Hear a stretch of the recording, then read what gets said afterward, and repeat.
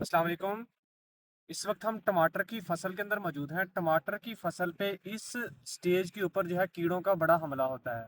मैं अदनान सरवर साहब से पूछना चाहूंगा कि क्या कोई ऐसी फील्ड की प्रैक्टिस है कि जिसके साथ जो है हम टमाटर के ऊपर जो है वो कीड़ों के हमले को कम कर सकें।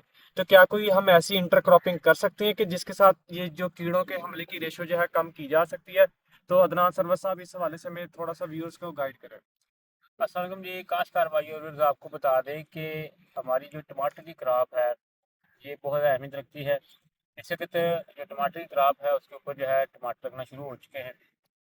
हमारे काश्तकारों के अगर ये चाहते हैं कि मुख्तलिफ किस्म की जो स्प्रे होती है उनसे जान छूटी रहे, रस चूसने वाले कीड़ों से भी जान छूट जाए, जैसे मुख्तलिफ किस्म के कीड़े होते हैं, तो उनके लिए एक बेहतरीन जो है ऑप्शन ये है कि आप टमाटर की फसल के अंदर तुलसी के पौधे लगा लें।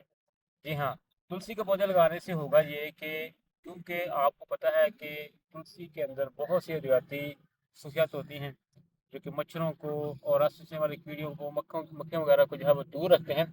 तो उस वजह से जो है टमाटर की फसल जो है वो महफूज रहेगी। आप इसे बटन के ऊपर लगा सकते हैं, दरमियान में भी लगा सकते हैं।